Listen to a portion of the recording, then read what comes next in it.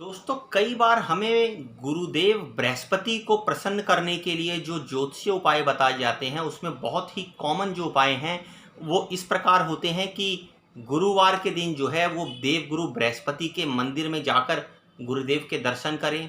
उसके साथ साथ उनके मंत्रों का जाप करें या किसी विशेष स्थिति में जो है वो गुरुदेव की जो रत्न है उसको धारण करें। और एक बहुत कॉमन उपाय जो बार बार बताया जाता है कि जाकर गाय को जो है वो रोटी और गुड़ खिलाएं। दोस्तों ऐसा क्या है कि रोटी और गुड़ खिलाने से गुरुदेव जो है वो आपके शुभ हो जाएंगे और आपकी लाइफ को अच्छा बना देंगे। दोस्तों होता कुछ इस प्रकार है कि प्राचीन भारत में क्योंकि हर घर में गाय पाली जाती थी और उस गाय को जब पाला जाता था तो उसके दूध का सेवन भी परिवार किया करता था। तो ऐसी स्थिति में जब आप उसको रोटी और जो है गुड़ देते हैं तो कहीं ना कहीं उसका दूध जब आप पीते हैं तो आपको अत्यधिक मात्रा में हीमोग्लोबिन मिलता है और आपकी सेहत में सुधार होता है।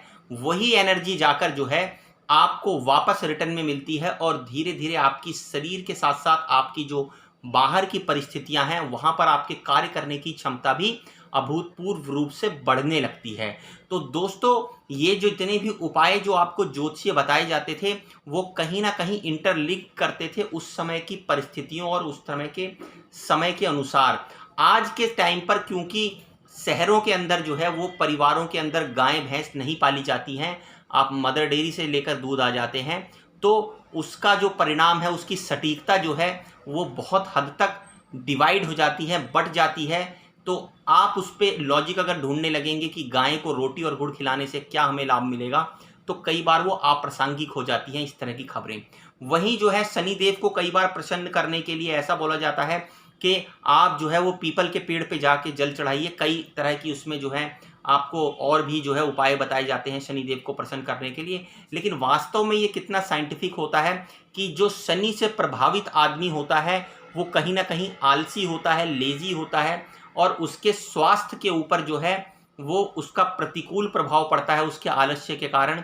और दोस्तों ऐसा व्यक्ति आलस में काम कम करता है, जब काम कम करता है तो फिर उसको परिणाम भी कर्म के जो है वो कम मिलते हैं। तो ऐसी स्थिति में जब आप पीपल के पेड़ के नीचे जल चढ़ाने जाते हैं तो थोड़ी देर के लिए आप पीपल के आसपास के हाई ऑक्सीजन एरिया के अंदर आ जाते हैं और वो ऑक्सीजन फेफड़ों के द्वारा आपके अंदर चली जाती है। जब वो आपके अंदर जाती है तो कहीं ना कहीं ऑक्सीजन का स्तर जैसे ही शरीर के अंदर बढ़ता है तो उसकी कार्य करने की क्षमता बढ़ती है, धीरे धीरे आलस कम होने लगता है।